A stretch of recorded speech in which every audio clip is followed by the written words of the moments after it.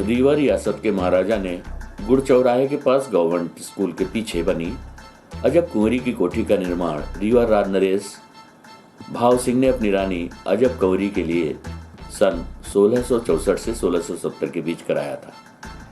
ये कोठी और बावड़ी लखनऊ के नवाब वाजिद अली शाह के स्नानागाह के अलावा राजस्थान एवं मालवा की स्थापत्य शैलियों से प्रभावित है, जो आज भी लोगों को आकर्षित करती है। ये कोठी देखरेख के अभाव में उपेक्षा का शिकार होने से अपनी पहचान खोती जा रही है। राजा भाव सिंह ने गुड़ चौराहे के पास कमसरियत में उदयपुर की रनावट रानी अजब कुंवरी के लिए इस भव्य कोठी और इसी से लगी एक बावली का निर्माण कराया था। ये बावड़ी लखनऊ के नवाब वाजिद अली शाह के स्नानगाह के अलावा राजस्थान एवं मालवा की स्थापित शैलियों से प्रभावित है। प्रथम तल में वर्गाकार छोटा कक्ष है, जिसमें चारों ओर खिड़कियां हैं। एक की नोक तुर्क शैली की है। ये कुछ जल क्रीड़ा देखने के लिए बनाया गया था। इसमें रियासत के महाराज महारानी बैठते थे। रानी अजब कुंवरी की बावली एवं कोठी रीवा के स्थापत्य कला की दृष्टि से बहुत ही महत्वपूर्ण है। ये मुगल एवं राजस्थानी स्थापत्य शैली का संगम मालूम होता है, जिसके निर्माण को देखकर लगता है कि इसके निर्माण में बड़ी उदारता दिखलाई गई है। इस बावली युक्त कोठी में कुल 40 कक्ष थे, जो अब पूरी तरह से ध्वस्त हो चुके हैं। 1985 से 90 तक ये महफूज थे। इसके बाद ये देखरेख के अभाव में ध्वस्त होते गए। इस कोठी का निर्माण इस तरह किया गया कि गर्मियों में ठंडक का एहसास हो, और इसको इस विधि से बनाया गया था। इस कोठी का निर्माण इस तरह किया गया है कि गर्मियों में ठंडक का एहसास हो।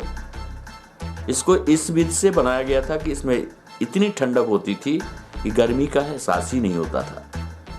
इस कोठी की स्थापत्य शैली काफी खूबसूरत है और वो राजपूताना शैली की है। रानी अजब कुंवरी का और महारानियों में बहुत ही खास दर्जा था, जिनके लिए ये कोठी बनवाई गई थी, जिनका निधन सन 1994 में हुआ था।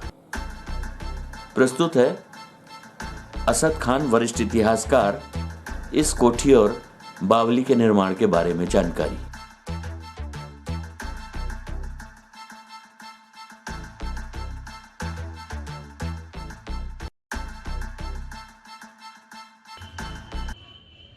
रानी अजब कुंवरी की कोठी कमसरियत में बनी हुई है, जो गुड़ चौराहा के पास रीवा में है।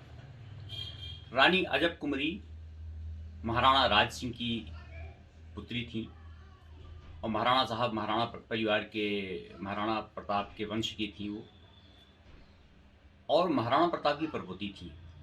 उनका ब्याह रीवा नरेश महाराजा भाव सिंह के साथ 1664 ईस्वी में हुआ था। चूंकि उनके यहाँ एक से एक आलीशान महल थे मेवाड़ उदयपुर में, और यहाँ पे उनके हिसाब से महल नहीं थे, तो उन्होंने महाराजा भाव सिंह ने उनके लिए, जब रीवा में उनकी शादी हुई, तो उनके लिए कमसरियत मोहल्ले में एक हमाम खाना और बावली बनवाई, और उसी में उनका निवास स्थान भी बनवाया। वो बावली बेहद खूबसूरत है, 3 मंजिला है, पाताल तोड़ कुआं उसमें जाने के लिए लगभग 19 सीढ़ियाँ हैं, जो काफ़ी बड़ी बड़ी हैं। और उस कोठी में एक तरह से जैसा कि वातानुकूलित, आज का जो माहौल, आज एसी लगा लेते हैं, कूलर लगा लेते हैं, तो उस दौर में गर्मियों में ठंडक का आवास होता था और उनका वही भी निवास स्थान था।